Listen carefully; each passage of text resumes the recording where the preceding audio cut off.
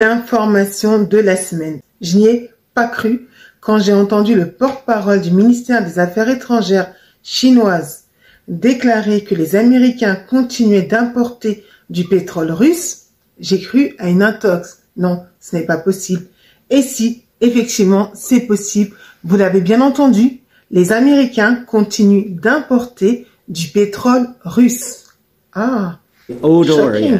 Pour l'Europe, le conflit et les sanctions ont entraîné des vagues de réfugiés, des sorties de capitaux et des pénuries d'énergie. Pour les États-Unis, ils ont profité du chaos et tiré d'énormes profits du conflit et des sanctions.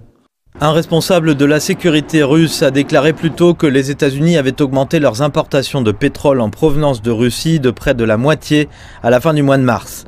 Les données montrent que les États-Unis ont apporté jusqu'à 100 000 barils de brut russe par jour sur une période de 7 jours. Ceci alors que Washington avait fait pression sur ses alliés pour qu'ils n'achètent pas de pétrole russe en raison de la crise ukrainienne. Le porte-parole du ministère chinois des Affaires étrangères a déclaré que si les États-Unis voulaient vraiment aider l'Ukraine, ils devraient cesser d'utiliser des mots menaçants et des sanctions et promouvoir les pourparlers de paix. Rappelez-vous, le 8 mars dernier, Joe Biden, le président des États-Unis, déclarait que les États-Unis n'importeraient plus ni de gaz russe, ni de Nous voulons que russe. tout le monde partage le fardeau de la guerre de Poutine et en paie le prix. La décision que nous prenons aujourd'hui aura un prix car Poutine menace déjà des familles américaines, a déjà des conséquences négatives.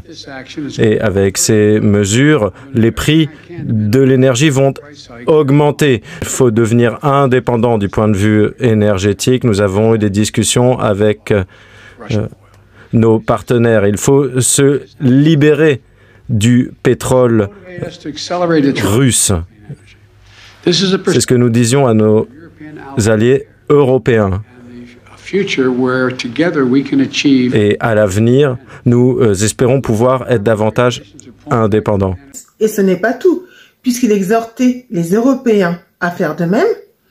Les Européens ne se sont pas mis d'accord parce que vous savez que les 27 pays européens, avant de prendre une décision, doivent se mettre d'accord. Une décision doit être prise à l'unanimité. Tous les États européens ne sont pas d'accord de mettre un embargo sur le pétrole et le gaz russe. Ces pays sont notamment l'Autriche, l'Allemagne, la Hongrie, l'Italie et d'autres pays parce qu'effectivement, ça va ruiner leur économie. Les Américains continuent non seulement, ils exhortaient les Européens à ne plus importer de gaz russe, eux-mêmes, ils exhortaient leurs homologues japonais de ne plus importer de pétrole russe. Le Japon a déclaré clairement qu'il continuerait d'importer du pétrole russe. Pareil en Inde, les Américains ont demandé aux Indiens de ne plus importer de pétrole russe. Les Indiens ont déclaré qu'ils continuaient d'importer du pétrole russe. À votre avis, qui sont les dindons de la farce? Qui sont les gagnants? Qui sont les perdants? Et en plus, on apprend que l'Ukraine continue de faire des affaires avec la Russie. Non, mais moi je crois que cette affaire russo-ukrainienne, c'est une escroquerie cette affaire-là. C'est la plus grande escroquerie de ce siècle.